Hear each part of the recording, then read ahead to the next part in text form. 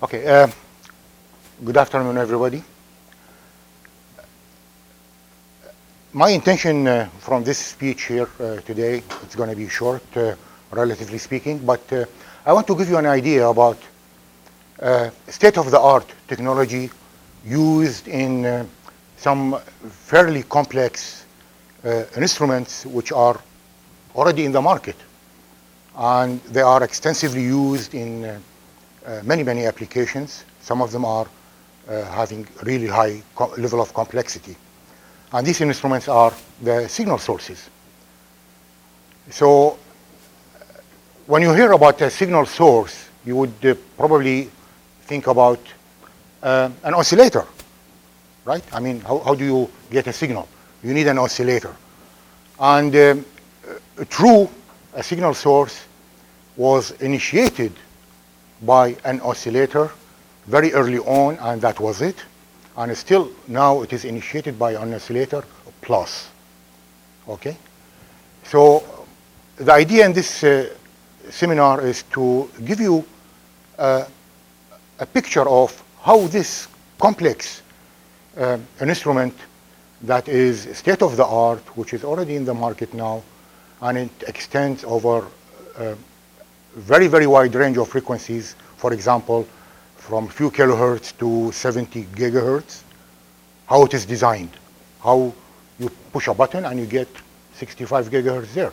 You push a button on the same panel and you get 100 kilohertz. Okay? So this is the idea there, and if we go historically speaking, HP, Agilent, started with a signal source.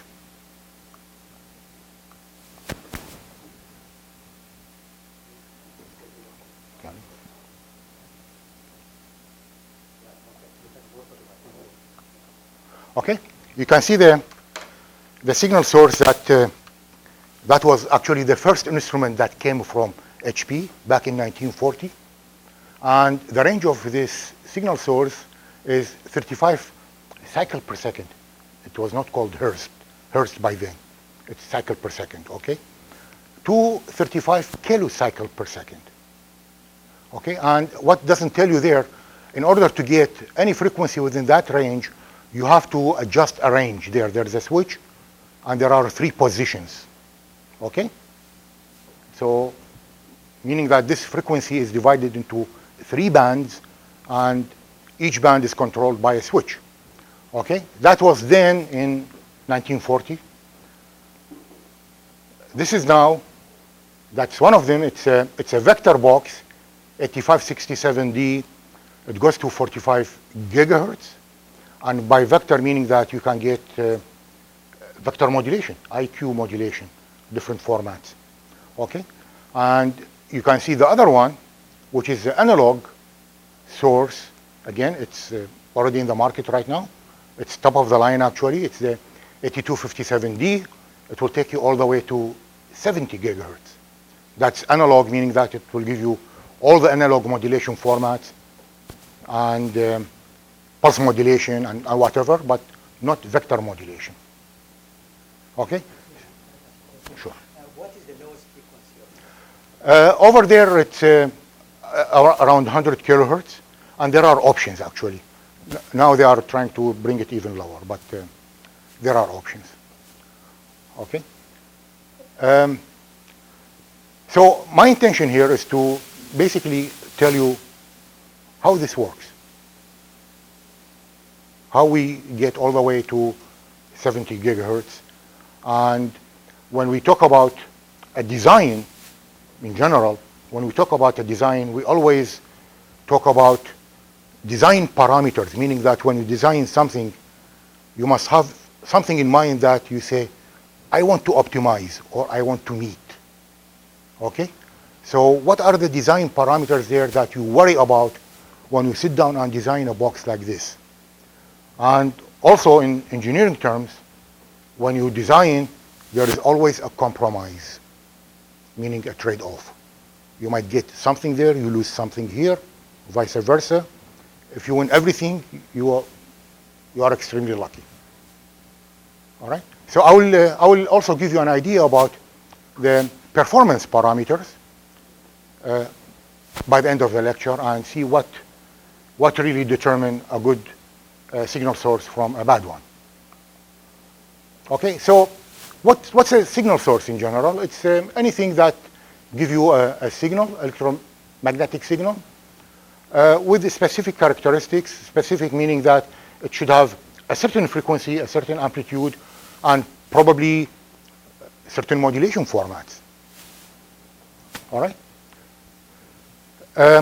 Typically, the output of the signal source is a sinusoidal signal.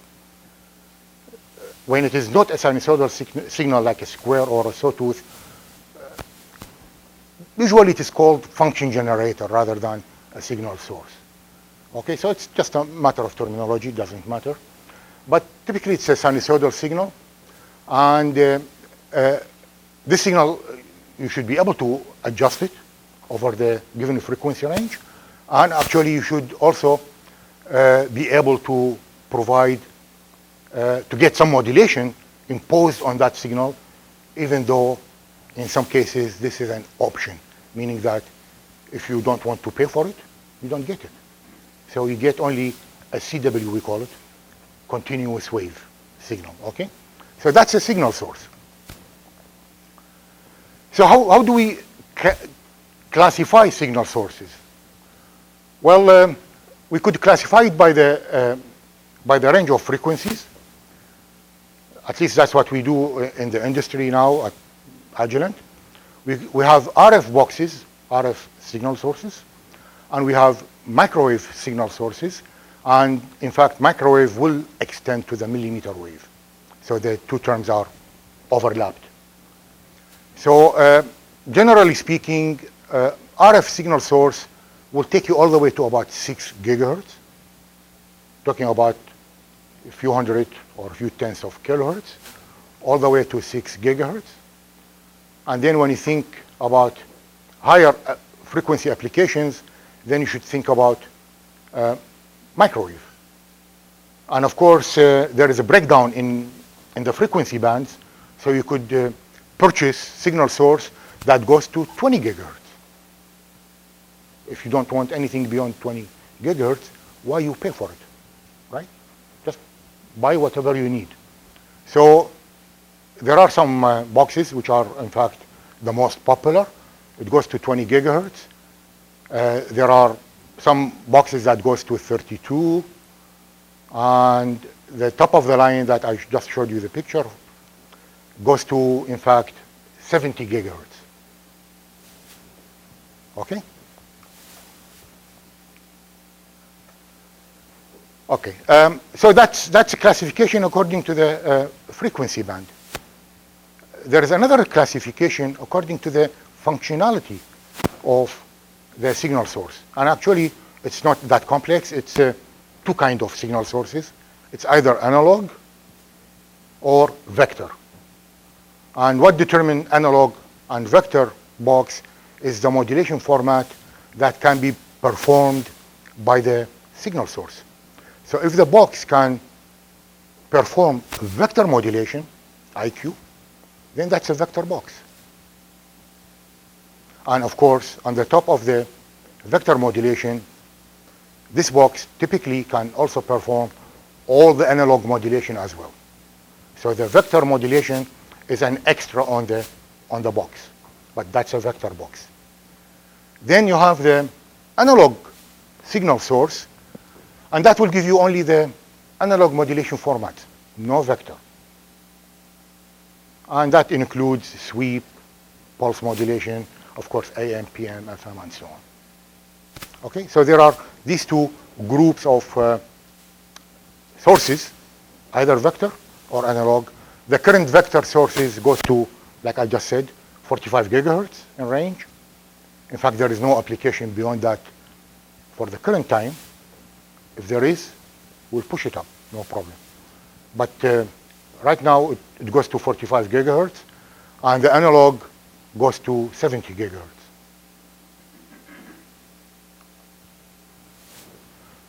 Okay, so how these signal sources in general are designed, are made to give us a signal. One could think of an RC or LC oscillators that we read in textbooks, and you say, what's wrong with these? I mean, it works, okay? So can't we use it in signal source and, push the envelope, get whatever we can get? Well, the problem is with very simple oscillators like that, it has very limited range of oscillations.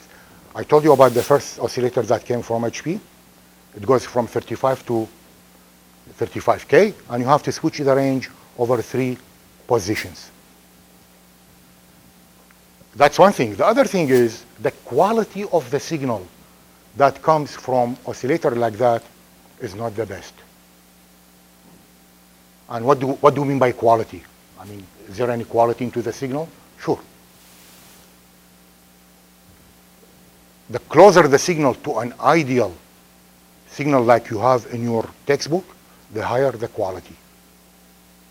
So what makes the signal deviate from an ideal signal? Well, you have distortion, you have accuracy of modulation, accuracy of frequency, and you have something that is most of you not really exposed to, something we call phase noise. That is a big deal in the industry now. Okay? So the more of these irregularities in the signal, the lower the quality, the further away you are from the ideal signal. So a very simple oscillator like that, forget it. All right? On the top of all these, it's really hard to control. Meaning that if you want to get so-and-so frequency, and you go and you adjust, and you think you will get that frequency, no. You will get plus minus a big delta. And if you want to impose some kind of modulation, again, that's also difficult. So the bottom line is, this is not really doable at all.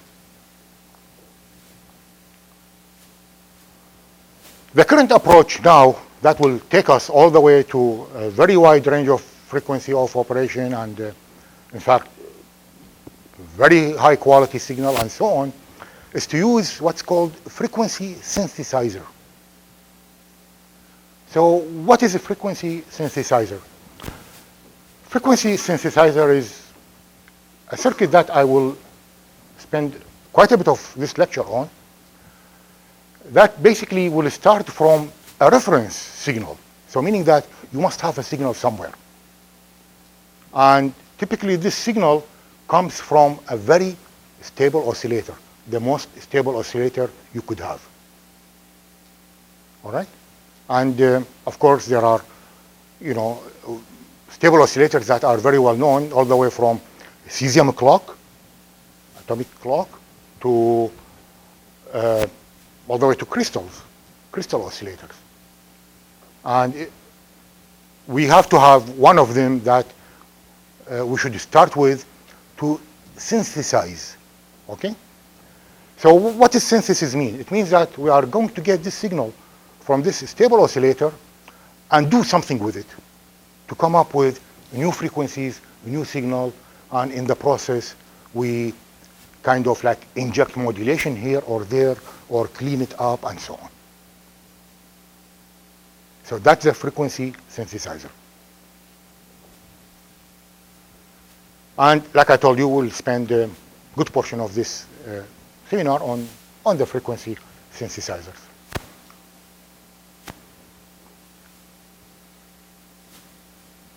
Okay. So let's start with one kind of frequency synthesizer, maybe the easiest and the simplest. Something like this. So what do we have here? If you look at it, we have this reference signal I just mentioned. It's coming from a very stable oscillator, like call it a crystal oscillator. Okay, so you have the reference signal here, and then we can take the reference signal, which is at frequency, say f0, and we put it into a mixer. For those of you who are not familiar with mixers, mixer is an extremely useful device in microwave. What it does, it takes two signals and it mixes them up non-linearly. Okay? And by mixing them up, what you get at the output of this device, you get sum and difference of the two input frequencies. And I'll talk a little bit more about it. So you have one signal there that goes to the mixer. And the mixer would need another one, which is coming over there. Okay. Now we want to synthesize one frequency, meaning that we want to synthesize the frequency of this reference oscillator. So the second signal should have a very strong connection with the reference oscillator. Meaning that if this comes from a second source and the two sources are independent, then you have no control over any drift. You have two oscillators that could drift independently. Over here you have one oscillator that you probably can control with temperature, with voltage, with other kind of control. Okay? So if you need another frequency, you better get it from that oscillator and you process that frequency the way you want to do. Okay? So for example, in this particular slide, I want to have F0 over N. That's an example. So what do you have there to get F0 over N? Well, that's another circuit which happens to be very common. Okay, it's a digital circuit. It's a counter, and a counter will divide frequencies by integer. Okay, so keep in mind, N here is an integer, and that's a limitation, by the way. Okay, so you can get a lower frequency there, and by the way, if you can hook up this circuitry to a controller, you can adjust the division ratio, right? So that's a good flexibility there. One thing that you do not see in this very simple block diagram, phase noise that I told you about a minute ago, at the output of the divider is better than the phase noise at the input of the divider. And that's a property of the frequency dividers. And there is very simple math there, but we don't want to go there. Okay, so back to this example. Now we have two frequencies. One is called F0, the other one is F0 over N. So they go to the mixer, and the way this mixer operates, it needs one of the input to control switching diodes inside this mixer. There should be a control voltage that basically turns some diodes there on and off. It will basically chop the signal, okay? So this very strong signal, it goes into an input, and the input is usually called local oscillator input, LO. You look at specification of any mixer in any catalog, and you see two letters, LO. That's a local oscillator input. And the local oscillator input will need the higher voltage, typically 7-8 dBm. Some of the good quality mixers will take you all the way to about 18-20 dBm. The higher, the better, actually. Okay? Over here, you don't need high voltage. In fact, typically, it's a much lower voltage than the LO voltage. Okay? So the frequency there, or the signal that goes to the LO, since it is high voltage and it's going to drive a bunch of diodes here, the diodes will act either on or off. Okay? So meaning that the signal here, even though you apply a sinusoidal wave, it is going to act like a square wave, on or off, on or off. So having a square wave here, what brings to your mind talking about square wave is harmonics. Square waves have harmonics. You have fundamental harmonic, you have third harmonic, fifth, odd number of harmonics. Do we have even number of even harmonics in the square wave? Any idea? We don't, unless the square wave is distorted, meaning that the on-off ratio is not 1-to-1. Okay? And that's very, very important in mixers. So over there, when you mix, you mix this signal with the fundamental, which is 1/n, and you get the difference or the sum. And over there, you could also get, sorry, I put it the other way there. This is the LO, okay? Doesn't matter, but this is the LO according to this equation. Why? This is the LO because you can see 3 times. All right? So you get the fundamental here, which is F0 plus 1/n, and then you see 3F0 minus 1/n, or 3F0 plus 1/n. So that's first harmonic mixing, third harmonic mixing, fifth harmonic mixing, seventh harmonic mixing, and so on. You don't see second, fourth harmonic mixing. You have to tweak something there to get the even harmonics.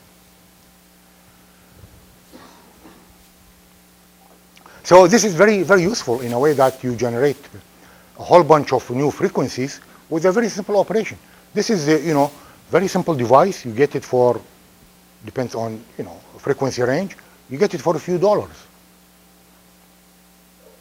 And it's extremely useful. Okay? So there is a frequency synthesis in a way that we have generated a bunch of frequencies. You can pick one of them, the one you want, with a filter, and reject the rest. Okay? So you have some frequency synthesis here done by this very simple circuit. So that's one thing that actually we use in that big box to generate what I would call intermediate frequencies that will take us to the final one. Okay, here is another one. That's basically the heart of all frequency synthesizers. It's called phase lock loop. Okay? So what does it do? If you look at it here, phase lock loop will have a reference signal at the input, and it will generate another signal at the output that is locked in phase to the input signal. So what does it mean, locked in phase? Well, it means that if the phase here change by a certain amount, then this one here should follow. Okay? So they are locked together. They don't move independently. And you can see this in equation terms in a way that if the input is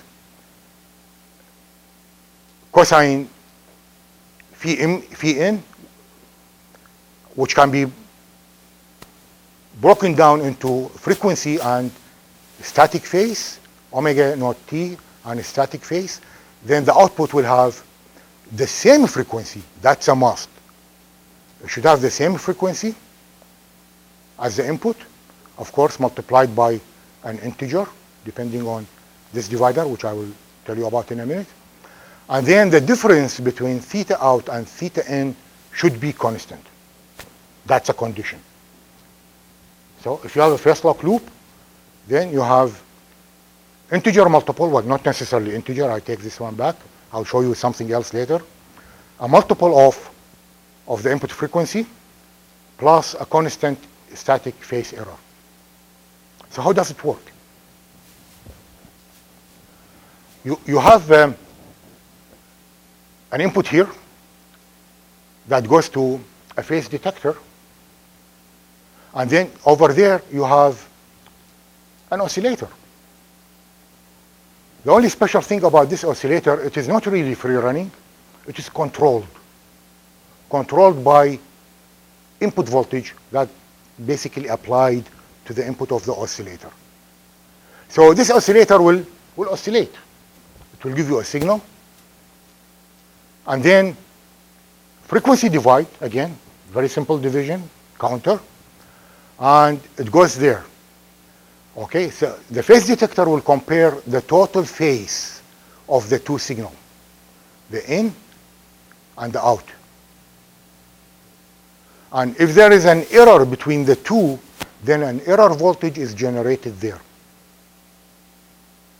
The error voltage is integrated, just like in all closed loop systems. So it is integrated. So this is basically a very, very simple low pass filter, integrator, call it if you like.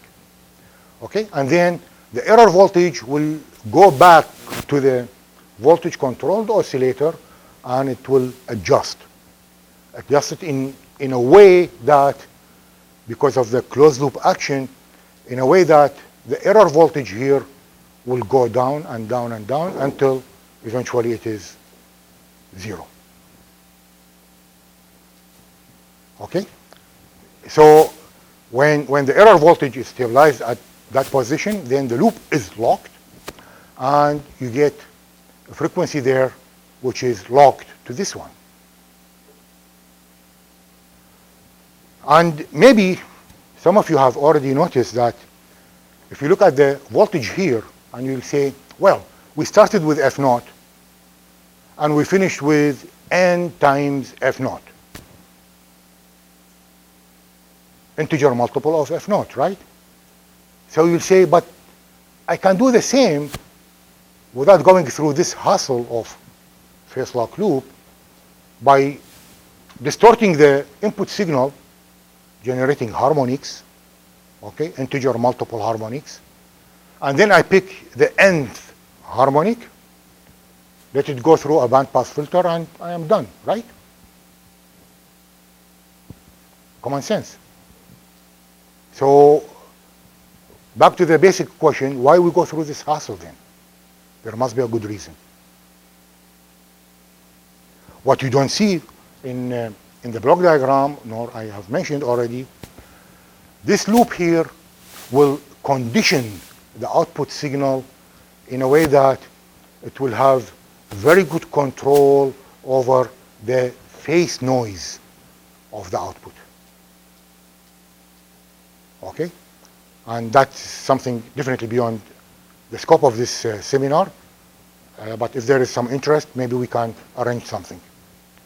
Okay? So there is a very good control over the phase noise, quality of the signal that comes up from the loop, versus the one that I just mentioned, picking up harmonic after distortion. You have no control. You get what you get according to the multiplication factor. Okay? There is one more thing. With this kind of loop, actually you can condition the signal that comes out. Condition meaning that you could modulate the signal. You could introduce phase modulation into the signal while the signal goes through the locking process.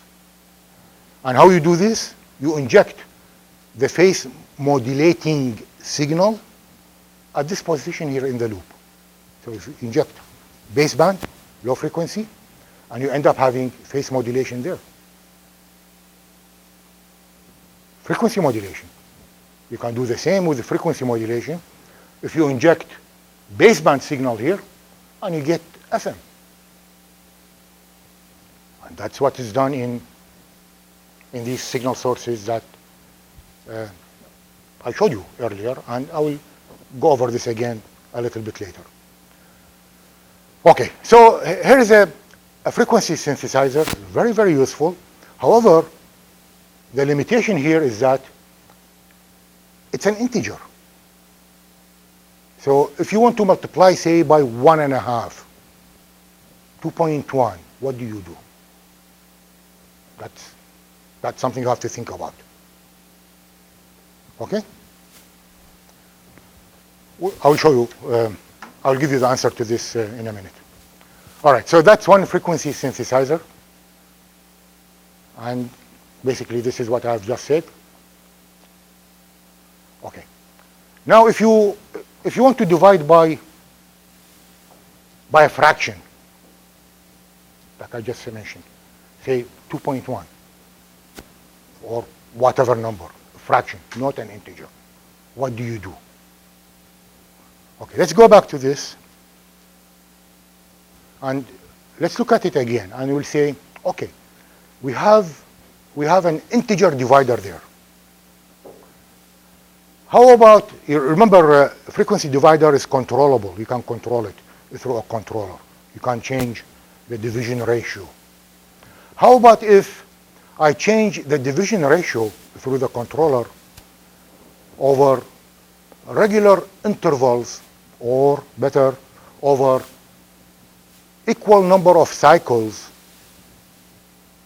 so that for a given number of cycles, I divide by, say, n, and then for another number of cycles that will follow, I divide by n plus 1.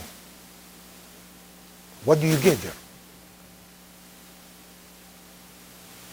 And that's, of course, repeated periodically. So what do you get there? On average, you'll get fractional division. Okay? So what's the fraction there? Okay, so if the number of cycles is f, and we divide k cycles by n plus 1, so the remaining number of cycles is f minus k. So f minus k number of cycles is divided by n. Then the average division will be n plus k over f. Remember, k is smaller than f, so this is less than 1. So here is a fractional division, okay? And this is a loop that will do it. And this is a very, very, very well-known circuit in all frequency sources, all synthesizers. It's called fractional N synthesis. In short, we call it Frac-N. Okay, so this is what I just said in a way. You have this frequency divider. Over here, it's a regular phase lock loop, nothing different. Phase detector, integrator, and the voltage controlled oscillator. This is just like, extra circuit for additional flexibility. It has nothing to do with the loop, but here is a divider which is controlled externally. Okay, and then it will lock like the phase lock loop will lock, and I'll show you the waveform in a minute. And you get a fractional division there. So let's look at this waveform here as an example. So you have an input, and we have picked basically 10 cycles. 10 cycles, that is basically, that's the basic cycle in the frequency, in the fractional divider. So we take the first 5 and we divide by 5. So you end up having 1 pulse, right? And then for the next 5, you divide by 4. So the very first 4 cycles will give you 1, and actually the last one is nothing, it's ignored. It's called cycle swallowing. The synthesizer is basically swallowing this extra cycle. All right? So there it is. You have divide by 5, divide by 4, And the average is, according to the equation we just went through, the average is you divide by 4.5. So again, basic question. You go back to this loop and you'll say, okay, so based on the waveform I just saw there, so I will get 2 pulses there, which is not equally spaced, right? This is what I get there? No. What you get there, actually you get a sinusoidal signal at 4.5 frequency of the input. Why you get sinusoidal signal? Because there is an averaging here. The 4.5 frequency will give you an error that will be averaged, and the error will control the VCO to give you the final average value, which is 4.5. So it's a very clean process, and you get a clean signal at the output. So that's a Frac-N. By the way, if you have any question, I would like you to interrupt me rather than leave it till the end. It will be probably much better for both us. Just if you think there is something not clear or some curiosity, let me know. Go ahead. What is the range of this valuation? In other words, to how many decimal points, for example, Yeah. can we go? The number of decimal points is basically dependent on the number of cycles that you pick for the division. Okay? So that's the resolution of the frequency synthesizer. Here you pick very simple number, and you are only having 1 decimal, the waveform that I just. Okay? Frequency range, it's limited by the design again. The one that is used, very popular, fractional N, used in top-of-the-line frequency sources, goes roughly from just over 500 megahertz to about 900 megahertz. So it is not really easy to have it working over very wide range of frequencies. But the resolution, which is your question, depends on the number of cycles that you will pick.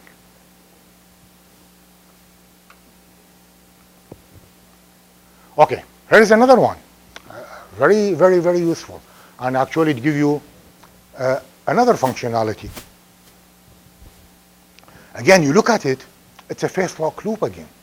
You have the phase detector, you have the integrator, and you have the VCO, voltage controlled oscillator, and then the usual divider, which is optional depending on what you need. And then there are these 2 extra blocks. So what do they do? That's a mixer again. And remember what the mixer do. It will mix frequencies of 2 inputs, and it will give you a brand new frequency at the output, which is the sum or the difference of the input frequencies. Okay? So you have 2 input frequencies here. This one here, F naught, F out. Okay? And then you have one that I call local oscillator.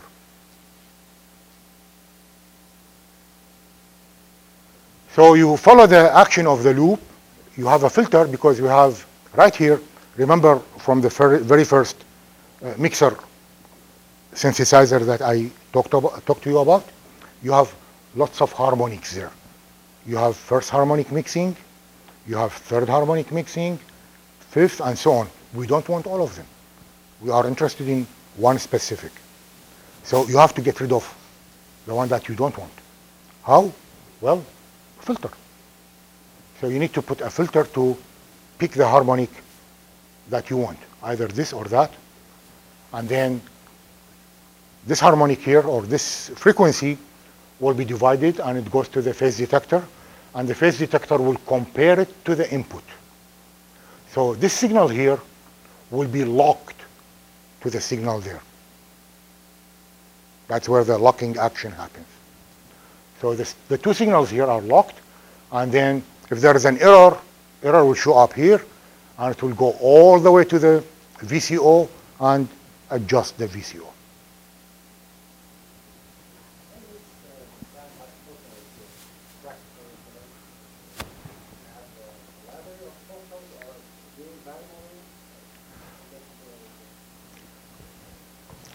Okay. To start with, this loop here is very sensitive to the order. Whenever you have a closed loop, you have first order loop, second, third, fourth, and so on. This loop here is very sensitive to the order of the loop. Actually, second order, third order, the most you can go. You push it over that, you risk the problem that the loop will be unstable. Unstable meaning what? It's not going to lock. It will run just by itself. Run by itself meaning this will run by itself. That one here is independent. Okay. So what determines the order of the loop? It's the number of poles within the loop. And when you put a filter, it has a bunch of poles. So this filter here, you have to be very, very careful when you design it so that the poles of this filter will be far out from what we call the dominant poles of the loop. And the dominant poles of the loop is basically determined by the VCO and this one here. So that's something you have to keep in mind when you design a filter, a bandpass filter, inside the loop.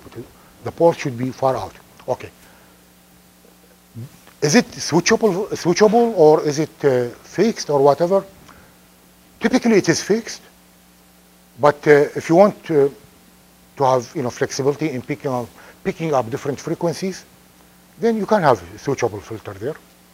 But again, you have to be very careful. Each one of them will have to satisfy what I have just said. What are common response times when you change the frequency of the loop like this? Yeah. Response time is very, very important in frequency synthesizers.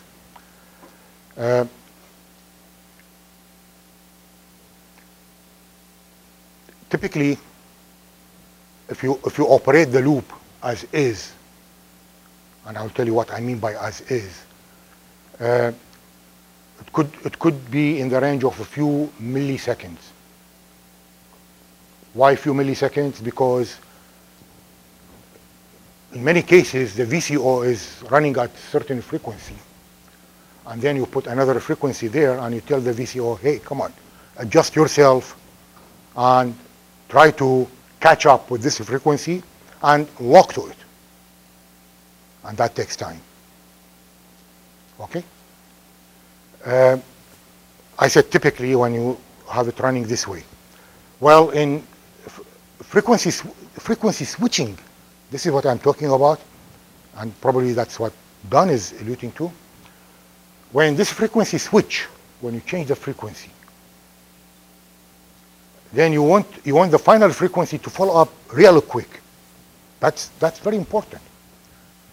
And if you leave the loop to do the hard work by itself, it will take a long time. Few milliseconds. Few milliseconds is a long time. So what happens is, you are an engineer, you said, how do I speed it up?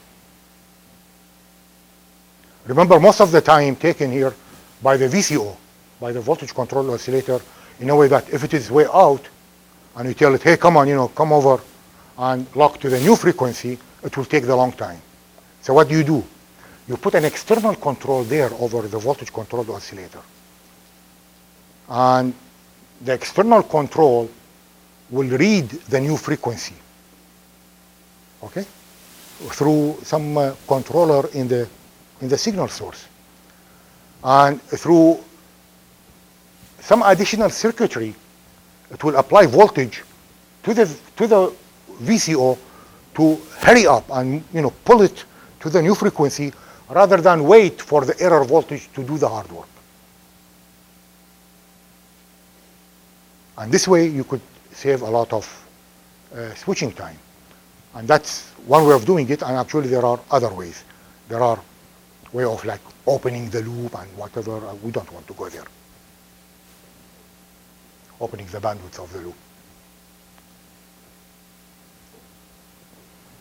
Okay, so this is what we call frequency translation loop, in a way that you get the n times the input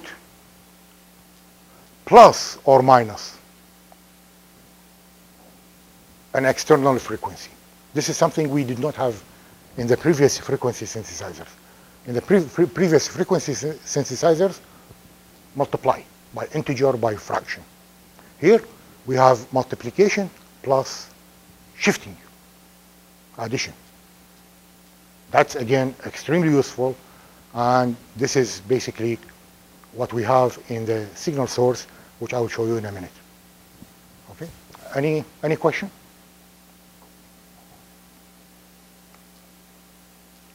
Okay, this is just for a general information. This is a new kind of frequency synthesizers. The signal is generated in a digital form. And that's where the technology is going now, in a way that you generate a phase, the phase of the signal through a controller, and then the phase will go into a table, and the table will give you the sinusoidal value that corresponds to that phase in digital form. Okay, so you take, of course, you need many samples. You have to, satisfy Nyquist and everything. You take many samples, and then these samples will go finally to a digital to analog converter, D to A converter, and it will convert it to analog. And of course, being digital, like all digital, it's extremely accurate, and you can process it in a far more flexible way than you do with the analog circuitry. However, the technology is very limited in how far you can go with the frequency that you can generate. There are chips already in the market, very cheap, a few dollars, that you can use actually for, I believe, a few hundred kilohertz, if I remember correctly. But a few hundred kilohertz is nothing. We want to talk about gigahertz. But that's where the industry is going, and that's where a lot of work is already in the process. Okay, so that's something else. I just want to give you an idea. Okay, so let's go to we learned the basic blocks individually. Let's try to put them together and come up with a system. So how would a signal source constructed? Well, it has basic functionality that has to be there. It has to exist to get the whole things working together. So what do we have? We have the frequency synthesizer, and I mentioned to you some of the basic blocks that goes there. Okay, the frequency synthesizer, again, you remember it requires a reference. So here is a reference section, which is a stable oscillator, typically controlled crystal oscillator. Okay, so that will feed the synthesizer, and the synthesizer will give you the various frequencies that I just talked about. Okay, so this frequency synthesizer will give you the frequency that you want. So how would the synthesizer know the division ratio? Actually, it's not only the division ratio, which path to use, and so on. There are a lot of things that it has to know. It will know all this information from a control unit, a controller. So you have the the box there. You just paid good money for that, and you push buttons, and you say, oh, give me 5 gigahertz. So how would the synthesizer know what to do to get 5 gigahertz? It will have to work lots of numbers, right? And these numbers basically are stored in memories, and it's delivered to the synthesizer through a control unit. So the control unit will take your front panel input, the one that you just pushed in. It will process this information, okay? And then it will pass this information to the synthesizer, and actually it will pass it to the entire system. It's not only the synthesizer. And this processing is in a complex box like the one I'm talking about. There are a lot of things that has to be controlled, a lot. So the processing speed of this controller is very important again. If you change a frequency, how long it will take you to reach the new value that you have asked for. And I just told you, probably a few milliseconds. Well, a few milliseconds, you say, what's the big deal? I mean, just the process of pushing the button is a few milliseconds, so why should I care? Well, I'm not talking about pushing buttons. There are ways of controlling these frequency synthesizers through a controller. And you ask the synthesizer to the source to change the frequency very, very quickly. And there are applications. So it's not that you push the button by your finger, no. There are automated process, and it cannot wait. Okay? So it's very important, very critical. So the controller there, the speed of the controller is very important. Okay? So the controller will pass the information to the synthesizer. Synthesizers will decide the division ratios and the different switches and filters or whatever, and there are all kind of varieties there. And it takes the signal from the reference source. And this reference source, like I said, typically it's a crystal oscillator, 10 megahertz, that's like standard. Now they are pushing for the 100 megahertz.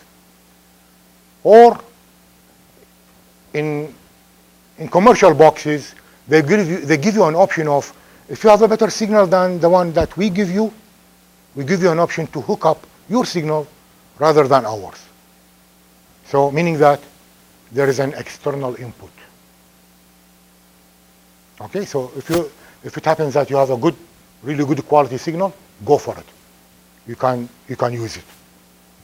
So that's the frequency reference. Okay, and then you generate the required frequency there. And the required frequency will have a frequency range. It should have power level, and you will need to worry about the accuracy of the power, okay, in terms of amplitude. And then you could have switching speed. Switching speed, I talked about the frequency switching speed. Over here, we worry about amplitude switching speed. So over there, we change the frequency and said we have to wait a few milliseconds. Over there, if you change the amplitude from, say, so many dBm to so many dBm, how long it will take you to get to the final power that you requested. That's very important as well. Okay, so there is an amplitude switching speed. And then there is something we call reverse power protection, which is something that goes into the boxes against maluse. People hook up these expensive boxes to different systems, and instead of getting signal out of the box, Don knows it very well, instead of getting signal out of the box, you inject signal from somewhere into the box. And if the signal is high power, then forget about the front end there, it will go into flame, and it happens all the time. Okay?